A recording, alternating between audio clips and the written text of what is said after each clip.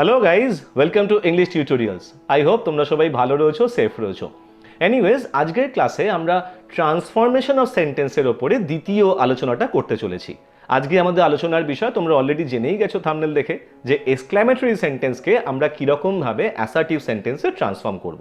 তবে মূল আলোচনায় যাওয়ার আগে একটু ট্রান্সফরমেশন অফ সেন্টেন্স সম্পর্কে আমাদের জেনে নেওয়াটা দরকার।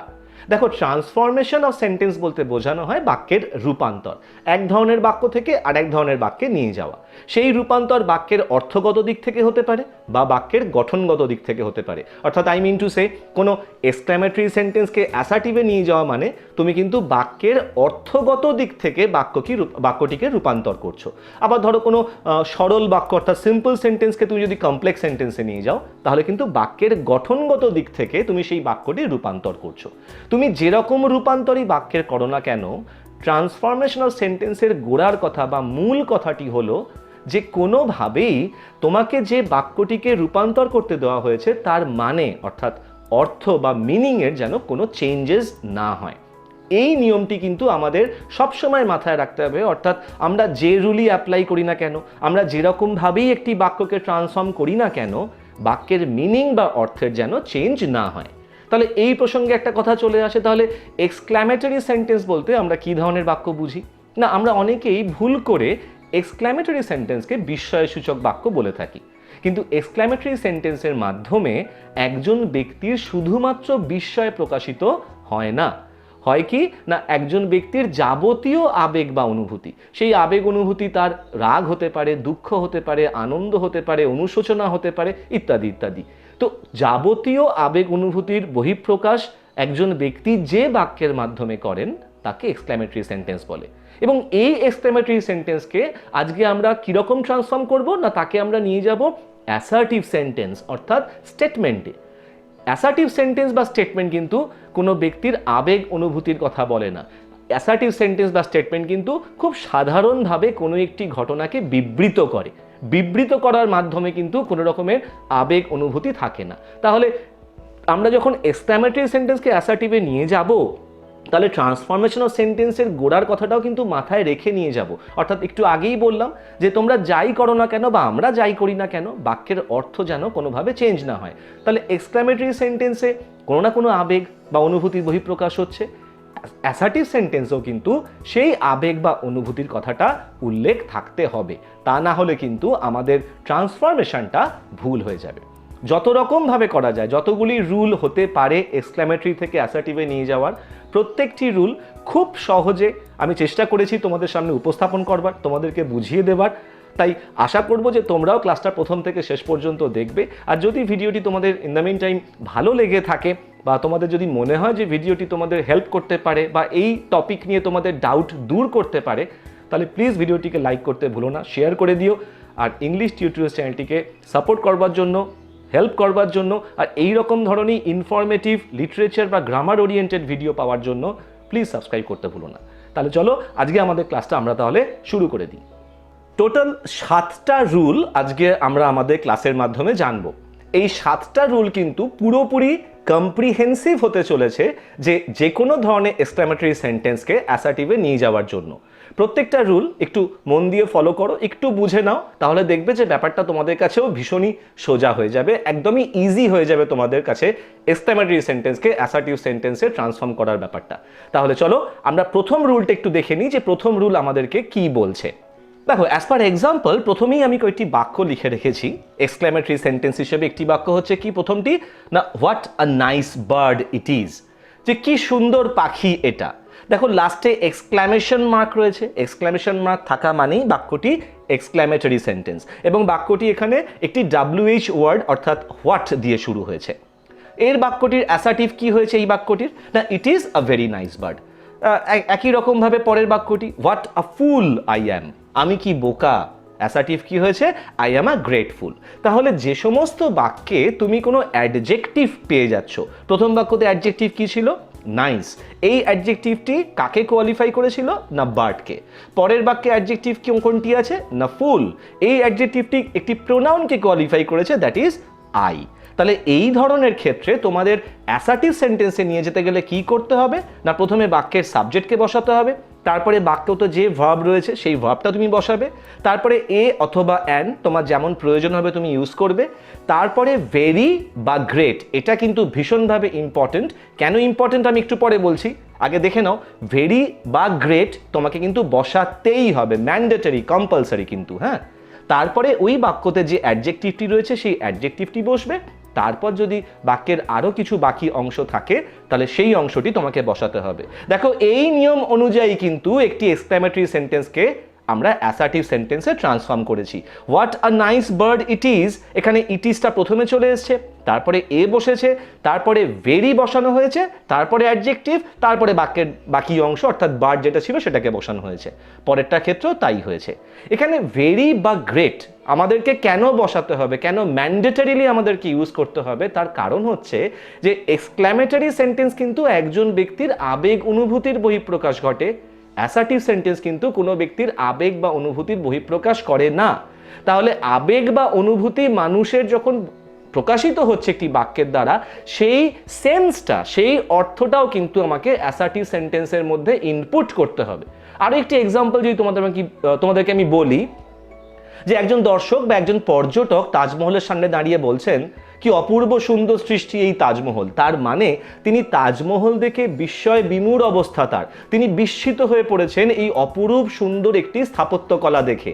তাহলে সেই অপরূপ সুন্দর স্থাপত্যকলার প্রতি তার যে মানসিক অবস্থা, তার যে অনুভূতি, আবেগ, সেই আবেগটাকে প্রকাশ করবার জন্য কিন্তু আমাদেরকে ভেরি বা গ্রেট কথাটাকে ব্যবহার করতে হবে, যদি সেই বাক্যটিকে আমরা অ্যাসার্টিভে নিয়ে যেতে হয়। তাহলে এই কারণেই কিন্তু আমরা ভেরি বা গ্রেটটা ব্যবহার করব।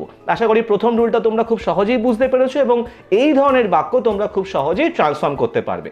তাহলে এবার আমরা দেখে নেব সেকেন্ড রুলটি। দ্বিতীয় রুলটায় আমরা সেই সমস্ত বাক্য নিয়ে আলোচনা করব যে বাক্যগুলি জেনারেলি ইফ দিয়ে শুরু হয়। আর জেনারেলি ইফ দিয়ে যে সমস্ত এক্সক্লেমেটরি সেন্টেন্স শুরু হয় সেই এক্সক্লেমেটরি সেন্টেন্সগুলি বক্তার ইচ্ছা প্রকাশ করে।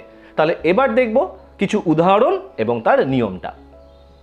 দেখো, ইফ দ্বারা এক্সক্লেমেটরি সেন্টেন্স শুরু হলে ওই সেন্টেন্সকে অ্যাসার্টিভ করবার জন্য আমাকে প্রথমেই আই উইশ লিখতে হবে, তারপরে বাক্যের বাকি যে অংশটি রয়েছে সেই অংশটিকে বসিয়ে দিতে হবে। অর্থাৎ ইফ কথাটি উঠে যাবে, তার বদলে আসবে আই উইশ, তারপরে বাক্যের বাকি অংশ।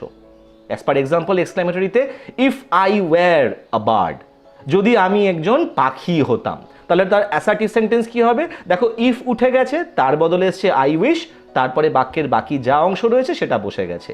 নেক্সট বাক্যটি ইফ আই কুড ফ্লাই, ইফের বদলে আই উইশ, তারপরে আই কুড ফ্লাই। এক্সক্লেমেটরি পরের বাক্যটি if I were the prime minister, অ্যাসার্টিভে কি হয়ে গেল?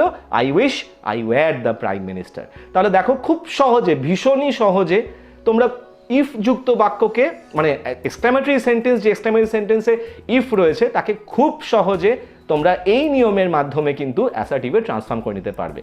এর পরের নিয়মটাও তাহলে আমরা এবার দেখে নেব। এবারের নিয়মটা বলছে সেই সমস্ত এক্সক্লেমেটরি সেন্টেন্সের কথা যে এক্সক্লেমেটরি সেন্টেন্সে হুররা বা হুররে রয়েছে।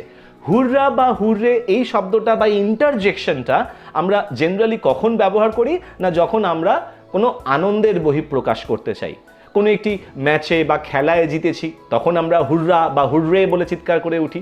তাহলে হুররা কিন্তু আনন্দের বহিঃপ্রকাশ ঘটায়। তাই এই বাক্যকে ট্রান্সফর্ম করবার সময় কিন্তু আমাদেরকে সেই আবেগ বা অনুভূতির কথাটা অ্যাসার্টিভ সেন্টেন্সে উল্লেখ করতে হবে।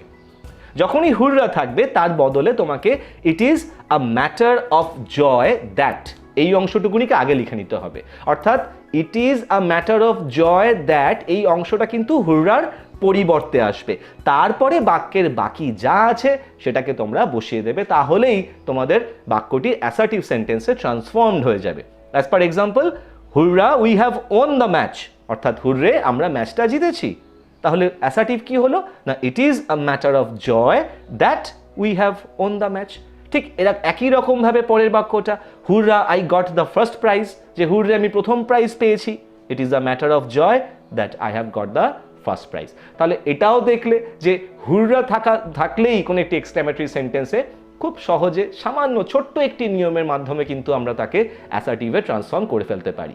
এরপরে আমরা দেখে নেব অ্যালাস যখন বাক্যে রয়েছে।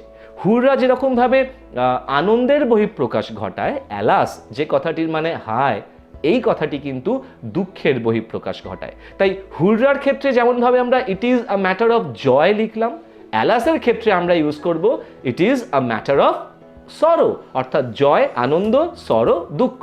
ইট is a matter of sorrow that বলে অ্যাজ ইউজুয়াল বাক্যের বাকি অংশটাকে কিন্তু আমরা ইনপুট করে দেবো। As for example, alas we lost the match, হায় আমরা ম্যাচটা হেরে গেছি। তাহলে কি হলো অ্যাসার্টিভে সেটা? না, it is a matter of sorrow that we lost the match. পরের বাক্যটি, alas he has broken his leg, it is a matter of sorrow that he has broken his leg. তাহলে হুররা এবং অ্যালাস দুটি শব্দ যখন থাকবে আমাদের এক্সক্লেমেটরি সেন্টেন্সে, তাহলে সেগুলি ট্রান্সফর্ম করতে আশা করি তোমাদের কাউরি কোনো প্রবলেম হবে না। এরপরে রুল নাম্বার 5, রুল নাম্বার 5-এ দেখো আমরা ফি, FIE, অনেক সময় এটাকে ফাই বলে উচ্চারণ করা হয়, কিন্তু আমরা ফি বলে উচ্চারণ করব।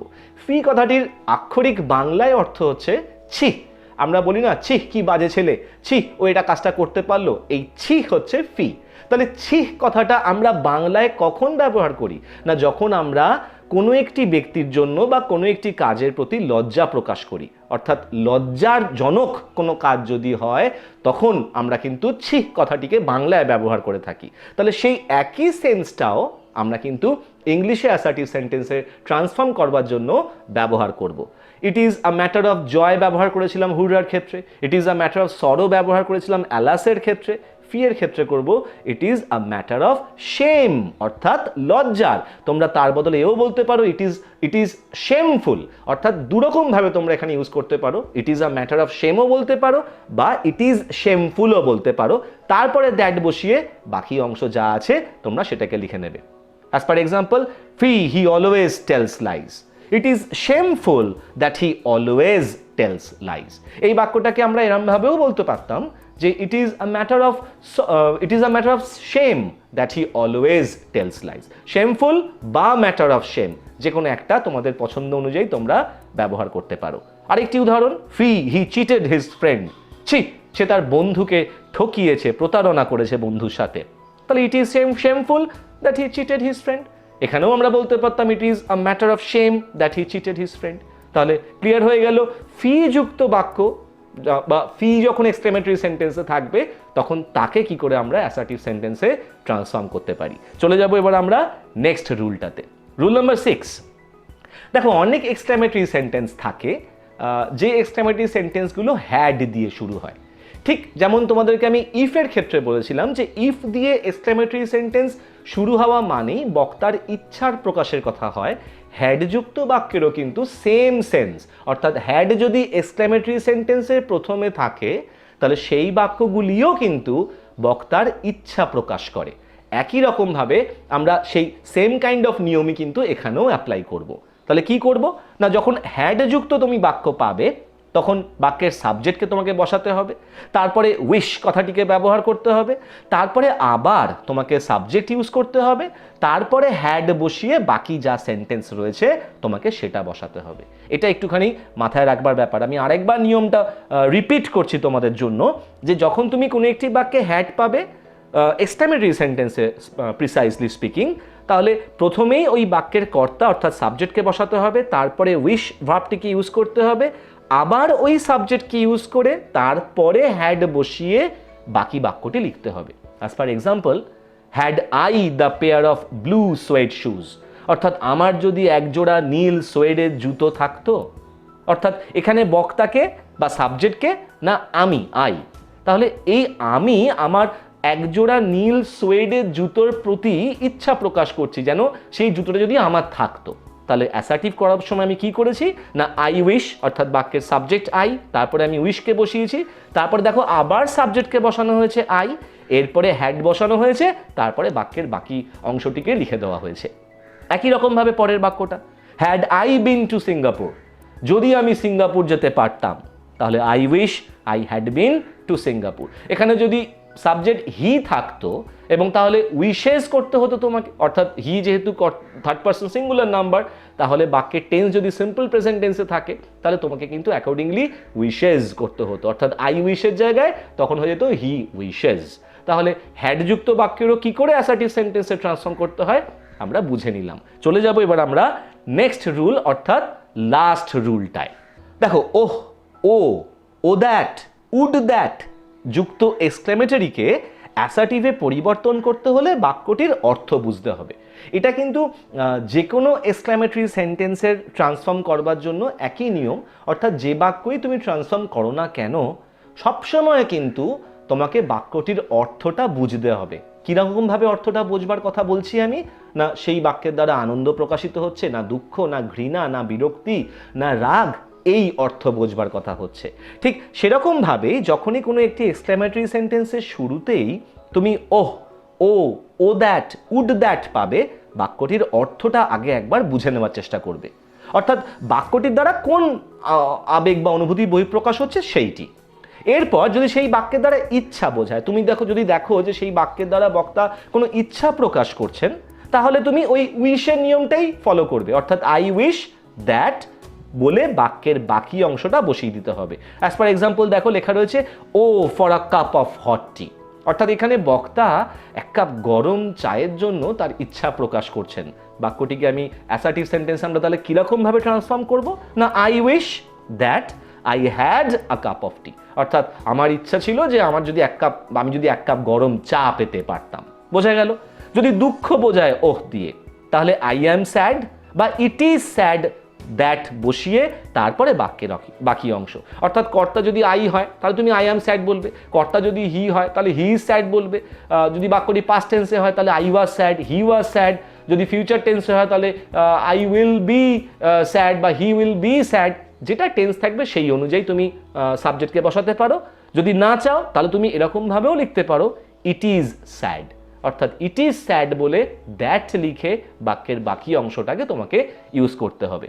ওহ আই হ্যাভ ফেলড, ওহ আমি ফেল করেছি, দুঃখ প্রকাশিত হচ্ছে, কিন্তু দুঃখ প্রকাশিত হওয়ার সাথে সাথে ওহ রয়েছে, তাই না? তাই বাক্যটাকে কিরমভাবে আমি ট্রান্সফর্ম করলাম, আই অ্যাম স্যাড, অর্থাৎ আমি ফেল করেছি, আমার দুঃখ প্রকাশিত হচ্ছে, তাই I am sad that I have failed. তাহলে ওহ যদি দুঃখ প্রকাশ হয়, তাহলে যদি দুঃখ প্রকাশ করে তাহলে তোমরা বাক্যটাকে এইভাবে ট্রান্সফর্ম করবে। যদি ওহ এর দ্বারা বিরক্তি বোঝায় তাহলে ইট ইজ ডিসগাস্টিং দ্যাট বলে তারপর বাক্যের বাকি অংশটাকে তোমাকে লিখতে হবে।